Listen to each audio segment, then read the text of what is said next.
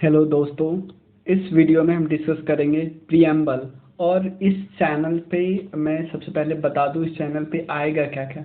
इस चैनल पे पहले मैं बेयर एक्ट डिस्कस करूंगा। बेयर एक्ट के साथ साथ जो भी इम्पोर्टेंट आईपीसी बेयर एक्ट जो है हमारा पूरा कॉन्स्टिट्यूशन का जितने सारे सेक्शन हैं वो तो सारे आएंगे।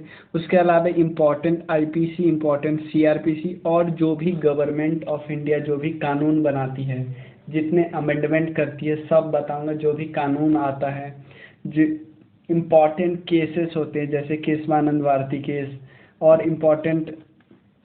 भी इम्पोर्टेंट केसेस होते हैं, जो पुराने केस हैं, नए केस आते जाते हैं, वो सब आपको बताऊंगा और इस पर्टिकुलर चैनल पे। तो चलिए इस वीडियो में हम जो पहला टॉपिक डिस्कस करते हैं, हमारे बेयर एक्ट का पहला टॉपिक है प्रियम्बल, क्योंकि इसके बाद फिर अलग अलग पार्ट आता है, इसके बाद फिर 25 पार्ट है, तो उस सब में आर्टिकल्स को डिस्कस करेंगे।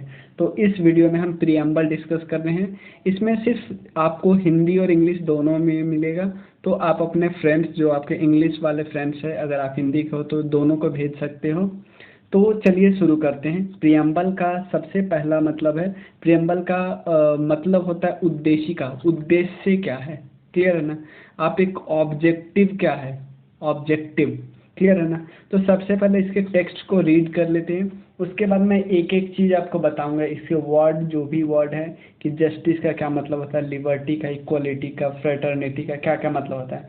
सबसे पहले सिंपल लिखा हुआ है, we the people of India. Simple है कि हम सब लोग में, यानी कि जो संविधान बनाया, कौन बनाया, पीपल ऑफ इंडिया।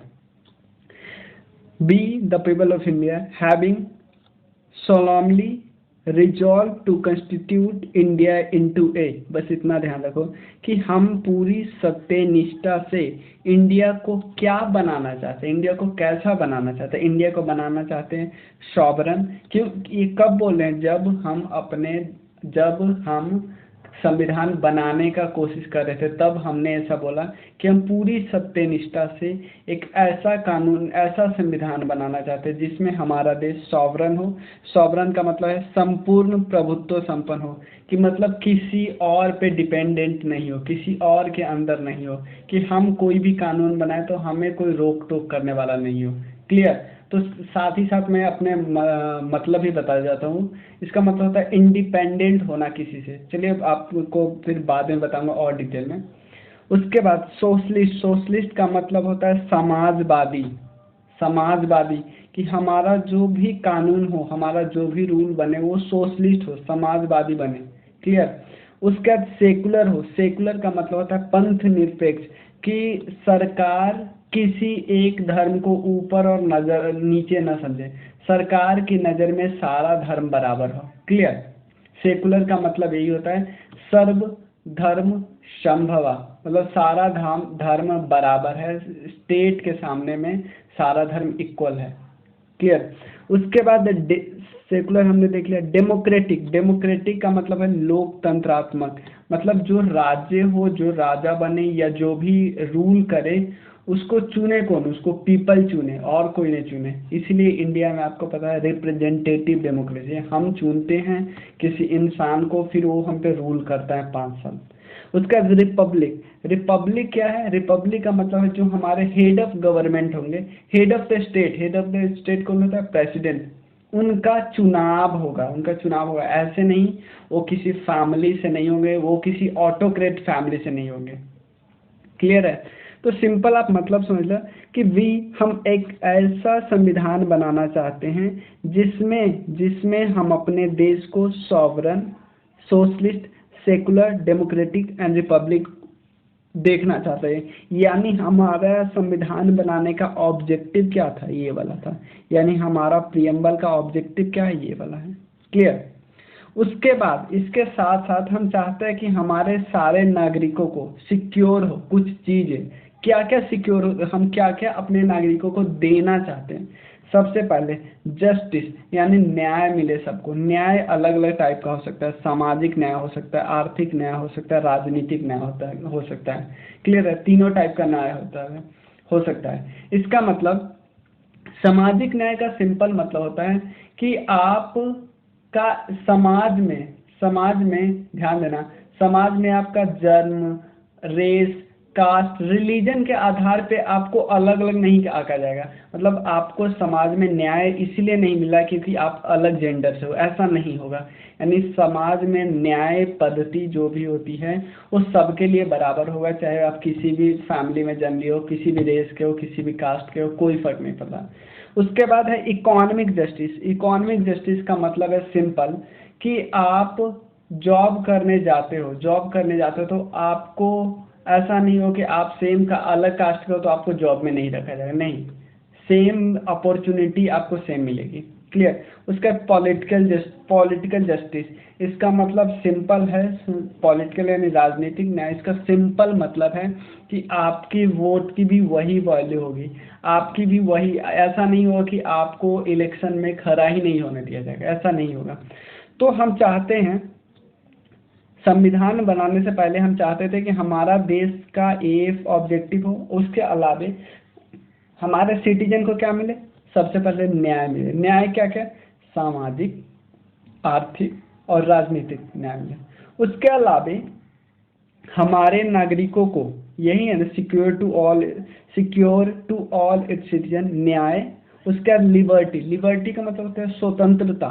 स्वतंत्रता किस चीज़ की, विचार की, हम कुछ भी सोच सकते हैं।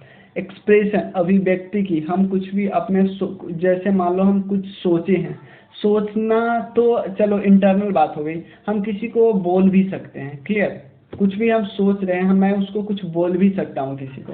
क्लियर। उसके अलावा होता है बिलीफ। बिलीफ का मतलब होता है विश्वास, किसी चीज़ पे विश्वास करना, किसी रिलीजन पे विश्वास करना। फेथ, फेथ का मतलब होता है किसी धर्म के बारे में, किसी भी चीज़ के को लेके आपकी फेथ होती है, किसी चीज़ को लेके। वर्शिप का मतलब होता है पूजा, पूजा आप जो करते हो, तो ये पूजा या वर्शिप का हिंदी एग्जैक्ट हिंदी होता है उपासना। इन चीज़ों की आपको स्वतंत्रता मिलनी चाहिए, इसमें कोई रोक टोक नहीं होना चाहिए। क्लियर।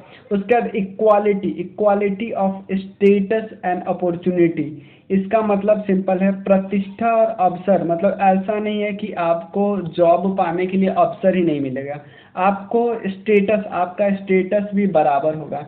ऐसा नहीं है कि आपका स्टेटस डिपेंड करेगा कि आप किसी अच्छे फैमिली से हो तभी आपका स्टेटस अच्छा हम देंगे, नहीं। क्लियर। उसके अलावे हम चाहते हैं कि हमारे इसके अलावे तीन चीज़ तो मिले ही मिले, जस्टिस, लिबर्टी, इक्वालिटी। उसके अलावे हम चाहते हैं कि प्रोमोट हो, क्या प्रोमोट अमॉन्ग देम ऑल, क्या चाहते हैं प्रोमोट हो कि सब में भाईचारा का भावना हो, कि तथा उन सब में व्यक्ति की गरिमा और राष्ट्र की एकता और अखंडता सुनिश्चित करने वाली बंधुता बढ़ाने के लिए, मतलब फ्रेटर्निटी हो, कि हम चाहते हैं सब में दोस्ती की भावना हो, एक बंधु वाली भावना, बंधु होता है भाईचारा वाला भावना हो। लेकिन भाईचारा वाला भावना, लेकिन हम ध्यान रखेंगे कि इससे किसी का डिग्निटी हर्ट नहीं हो। डिग्निटी का मतलब होता है किसी इंसान की गरिमा, किसी इंसान, ऐसे नहीं कि हम चलते चलते किसी को थप्पड़ मारते, तो ये उसके डिग्निटी के खिलाफ है ना। हम किसी को ज़बरदस्ती अरेस्ट करके कहीं डालो, नहीं, उसके डिग्निटी के खिलाफ है, उनको मिला हुआ है। तो हम ऐसा कुछ नहीं करेंगे, ये सब हम फ्रेटर्निटी भी ध्यान बुझ के जान, जैसे मैं किसी से बोलता हूँ कि चलो दोस्ती करो, लेकिन उसका मन ही नहीं है तो नहीं करेगा ना ऑब्वियसली, क्योंकि वो इसके डिग्निटी के खिलाफ है ना। तो assuring the dignity of individual and unity and integrity of the nation. Unity की मतलब एकता और अखंडता, ये सब ध्यान में रख के फ्रेटर्निटी किया जाता है। क्लियर है ना। तो ये सब होगा। ये सब बातें करने के बाद यहाँ पे लिखा हुआ है कि इन आवर कंस्टिट्यूएंट असेंबली, हमारे कंस्टिट्यूएंट असेंबली में, कंस्टिट्यूएंट असेंबली में बहुत सारे मेंबर थे, उन्होंने 26 नवंबर 1949 को क्या किया, एडॉप्ट किया, इनैक्ट किया। और हमें क्योंकि संविधान हम सबने मिलकर बनाया था, तो सबने अपने आप को आत्मसमर्पित कर दिया, यानी हमने अंगीकृत किया, एडॉप्ट किया। इनैक्ट का मतलब अधिनियमित किया, कि अब से संविधान की जो जो फैक्ट है, जो जो सेक्शन है, सब पे लागू होगा। और हमने आत्मसमर्पित कर दिया, क्योंकि हम खुद बनाए थे तो आत्मसमर्पित कर दिया। क्लियर है। तो इतना समझ गए। अब लेकिन अभी थोड़ा और डिटेल में डिस्कस करना है। सबसे पहले संविधान प्रियम्बल की बात ही क्यों चली, प्रियम्बल की बात चली, दिसंबर 1946 में, क्योंकि नवंबर 1946 के आसपास कॉन्स्टिट्यूएंट असेंबली बैठ गई थी किस लिए, संविधान बनाने के लिए। तो अब जवाहरलाल नेहरू ने ऑब्जेक्टिव रिजोल्यूशन पास किया। उसके कुछ दिन बाद ऑब्जेक्टिव रिजोल्यूशन को पहले इंट्रोड्यूस किया। ऑब्जेक्टिव रिजोल्यूशन में वही बातें हैं जो अभी के प्रेम्बल में है ऑलमोस्ट। तो जवाहरलाल नेहरू ने इंट्रोड्यूस किया, उसके बाद कुछ दिन बाद ऑब्जेक्टिव रिजोल्यूशन पास हो गया। सबने बोला हाँ हाँ चलिए ठीक है, ये सब बातें चाहिए। ऑब्जेक्टिव रिजोल्यूशन का मतलब सिंपल होता है कि भाई हमारा जो संविधान बनेगा उसमें ये बात सब तो होनी ही चाहिए। उसके अलावा सोर्स ऑफ अथॉरिटी क्या है कि किसी भी किताब को हम देखते हैं तो बोलते हैं भाई इसकी ऑथेंटिसिटी क्या है। इसकी ऑथेंटिसिटी है क्योंकि पीपल ऑफ इंडिया ने बनाया, क्लियर है ना। उसका नेचर ऑफ इंडियन स्टेट कि हम जो संविधान बनाना चाह रहे थे उसका नेचर कैसा हम चाह रहे थे। उसका नेचर चाह रहे थे हम कि सॉवरेन हो, सोशलिस्ट हो, सेक्युलर हो, डेमोक्रेटिक हो, रिपब्लिक हो, सबका मतलब हम समझ गए ना। उसके बाद ऑब्जेक्टिव क्या है, ऑब्जेक्टिव क्या है हमारा, ऑब्जेक्टिव है 4 चीज। जस्टिस, हम बोल रहे थे ना, सिक्योर और टू ऑल सिटीजन। हमारा ऑब्जेक्टिव क्या था, justice, liberty, equality and fraternity, clear है ना। वही लिखा हुआ ऑब्जेक्टिव हमारा 4 है। जस्टिस में 3 है, सोशल, इकोनॉमिक, पॉलिटिकल। लिबर्टी में क्या क्या है, टेब फॉर्म, इसको याद कर सकते हो, thought, expression, belief, faith and worship. Equality of status and opportunity. And हम प्रोमोट क्या करना चाह रहे थे, प्रोमोट करना चाह रहे थे फ्रेटर्निटी, इंश्योरिंग द डिग्निटी। देखो हम किसी से ऐसे दोस्ती नहीं करेंगे जब तक उसकी डिग्निटी मेंटेन रहे और यूनिटी एंड इंटीग्रिटी पे खतरा नहीं हो, unity and integrity of the nation पे खतरा नहीं हो। तो ये सब देखेंगे तभी हम फ्रेटर्निटी करेंगे। ध्यान देना ये क्वेश्चन आ चुका है एग्जाम में, क्योंकि ऐसे पूछा हुआ था कि सॉवरेनिटी, यूनिटी एंड इंटीग्रिटी ये कहाँ पे लिखा हुआ है, ये फंडामेंटल ड्यूटी में लिखा हुआ है। क्योंकि सॉवरेन, यूनिटी और इंटीग्रिटी किस में लिखा हुआ है, ये लिखा हुआ है प्रियम्बल में, लेकिन सॉवरेनिटी, यूनिटी एंड इंटीग्रिटी एक साथ लिखा हुआ है फंडामेंटल ड्यूटी में। तो हमें ध्यान रखना है। अडॉप्ट कब हुआ, हमने देखा 26 नवंबर 1949 को। उसके बाद अमेंडमेंट हुआ है कि नहीं भाई, अमेंडमेंट हुआ है, एक बार मात्र अमेंडमेंट हुआ है। कब अमेंडमेंट हुआ है, 42nd अमेंडमेंट एक्ट 1946। और कौन कौन वर्ड ऐड हुए हैं वो मैं आपको बता दूं। सिंपल आपको बस ध्यान रखना है, 3 वर्ड ऐड हुए हैं। पहला वर्ड है सोशलिस्ट, सेकुलर, 2 वर्ड हुआ, सोशलिस्ट, सेकुलर।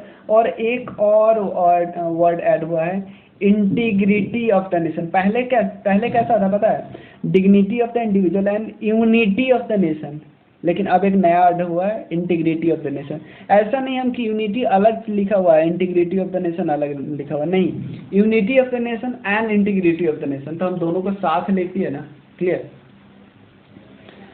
तो अमेंडेड हुआ है कि नहीं, एक बार अमेंडमेंट हुआ है। क्यों अमेंडमेंट हुआ, क्योंकि संविधान का पार्ट है इसलिए अमेंडमेंट हुआ है। तो संविधान का पार्ट है या नहीं, इस पे बहुत सारे इशू चल रहा था।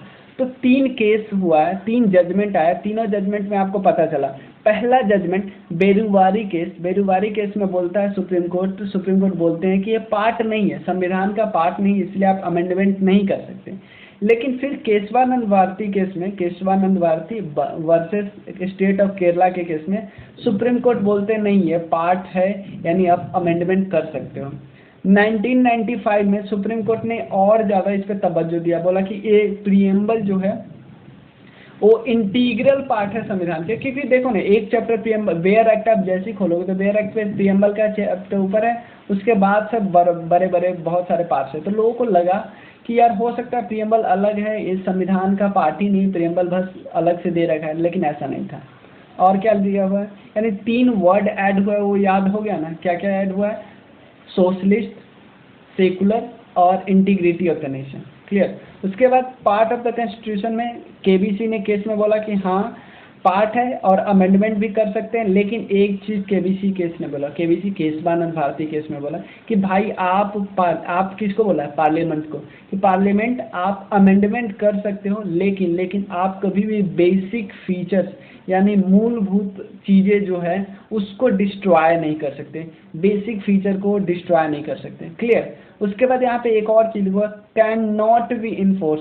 ऐसा नहीं है जो चीज़ इस पे लिखा हुआ है आप उसको लीगल, जैसे फंडामेंटल राइट इन्फोर्सेबल है ना, फंडामेंटल राइट में का अगर वायलेशन होता है तो आप इन्फोर्सेबल है कि आप जा सकते हो सुप्रीम कोर्ट। लेकिन यहाँ पे अगर कुछ वायलेशन हुआ तो आप सुप्रीम कोर्ट नहीं जा सकते, या यहाँ पे कुछ मतलब यहाँ पे कुछ कोई चीज़ें हैं जैसे नेचर ऑफ द स्टेट, अगर यहाँ पे बोलोगे कि ऑब्जेक्टिव अगर ठीक से फुलफिल नहीं हुआ तो आप ऐसा नहीं कि सुप्रीम कोर्ट में चले जाओगे कि नहीं फुलफिल हुआ हम जाएंगे सुप्रीम कोर्ट, क्योंकि नहीं जा सकते, क्योंकि ये इन्फोर्सेबल नहीं है। But can be use for legal interpretation के लिए यूज किया जा सके।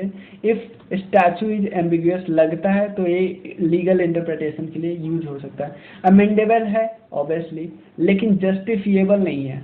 क्लियर है ना। उसके बाद कुछ लोग हैं जो प्रियम्बल के बारे में क्या बोलते हैं। सबसे पहले N.A. पालिखेवाला ये बोलते हैं प्रियम्बल तो बस आइडेंटिटी कार्ड है, किसी इंसान का आइडेंटिटी कार्ड, उसी तरह संविधान का आइडेंटिटी कार्ड है प्रियम्बल। प्रियम्बल से आपको काफ़ी चीज़ें पता चल जाएगी कि संविधान के अंदर क्या क्या लिखा जाने वाला है।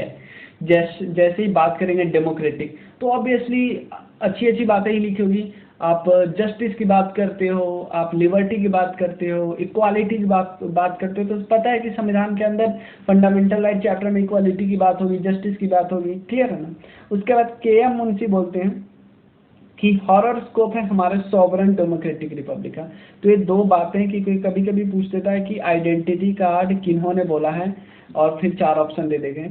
क्लियर है। तो देखिए हमारा ये इस चैनल का पहला वीडियो है, तो मैं आपको बता दूं कि और क्या क्या हम डिस्कस करेंगे आने वाले समय में। तो आईपीसी जो इम्पोर्टेंट करंट अफेयर्स में आएंगे उसको डिस्कस करेंगे। इम्पोर्टेंट एक्ट्स जो आते हैं, इम्पोर्टेंट जजमेंट जो आते हैं, जब जो करंट में आती रहेगी। लेकिन उसके साथ साथ जो बेयर एक्ट है वो हम डिस्कस करेंगे डेली। क्लियर। तो चलिए थैंक यू सो मच। आप चैनल को सब्सक्राइब कीजिए और अपने फ्रेंड्स में शेयर कीजिए, और भी लोगों में शेयर कीजिए जिनको जानना है संविधान के बारे में, बट उनको किताब नहीं देखना है। क्लियर। तो चलिए थैंक यू सो मच।